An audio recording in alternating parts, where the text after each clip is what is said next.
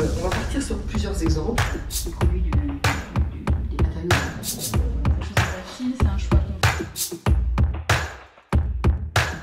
Donc, je m'appelle Émilie Capelli, je suis diététicienne au conseil départemental du Doubs et donc je m'occupe de la restauration des collèges du département du Doubs. On faisait aujourd'hui un retour d'expérience sur la lutte contre le gaspillage alimentaire qui a été faite dans les collèges du Doubs depuis 2014-2015.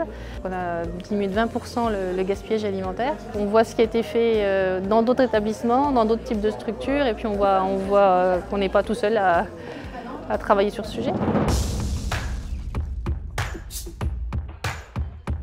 Je suis Éric Durand et je suis responsable de la mission développement durable de la ville de Besançon. Donc il s'agissait de présenter une opération que la ville mène auprès des commerces du centre-ville qui s'appelle Commerce éco-engagé de Besançon. Des commerçants ont évolué dans leurs pratiques quotidiennes, donc c'est toujours bien de pouvoir se réunir, de retrouver d'autres partenaires éventuellement, de croiser des infos.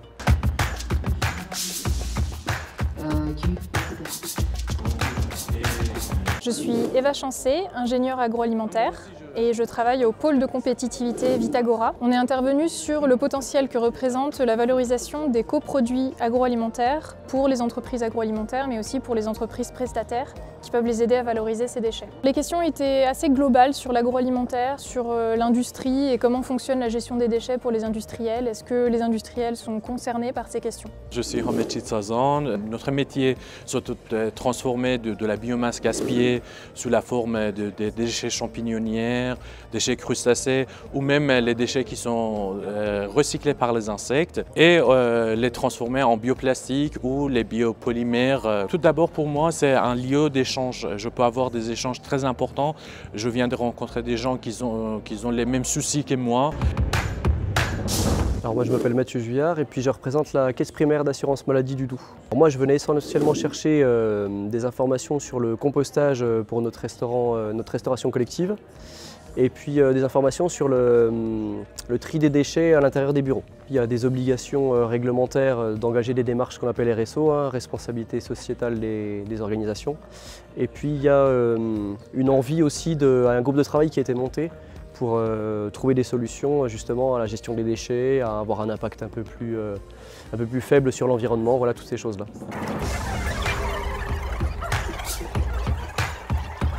Je m'appelle Mounir Alaoui, je travaille pour la ville de Besançon, pour le service de la mission développement durable. Nous, on a un appartement pédagogique qui s'appelle Logis Très Éco, qui est situé à avenue de Bourgogne. Cet appartement reçoit des publics divers et variés sur la thématique des déchets. J'ai fait le premier atelier, c'était Réparacteur, ce qui était intéressant parce que justement, nous, dans les éco-gestes qu'on donne, on explique aux gens qu'il faut plutôt essayer de réparer plutôt que d'acheter des produits neufs.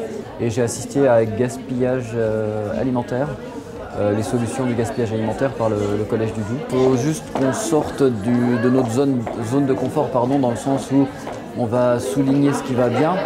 Après, souvent, ce qui peut être intéressant, c'est de voir justement quelles sont les limites et essayer d'apporter une évolution pour encore faire mieux. Je suis Séverine Sovinski, je travaille à l'Adréal. J'étais là aujourd'hui pour présenter la réglementation sur les déchets.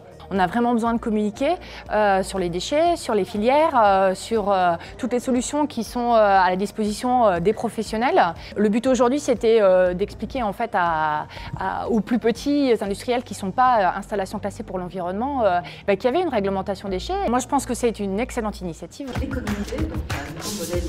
Alors c'est une entreprise qui se dit, c'est la question notamment. Brigitte Pasquelin, donc je suis intervenante chercheur économiste au sein d'un laboratoire d'intervention et de recherche spécialisé sur les nouveaux modèles économiques et sur les questions du travail. Le modèle de l'économie de la fonctionnalité et de la coopération invite les entreprises à passer de la vente d'un produit à la vente des effets utiles du produit. C'est un modèle qui est extrêmement prometteur aujourd'hui pour tenir à la fois des enjeux de développement durable et des enjeux de performance économique et de développement donc des territoires. Je trouve que c'est toujours intéressant que les collectivités s'intéressent à réunir différents types d'acteurs. Et donc sur ce salon, on voit bien qu'il y a à la fois des acteurs entrepreneuriaux, il y a des associations, il y a des élus.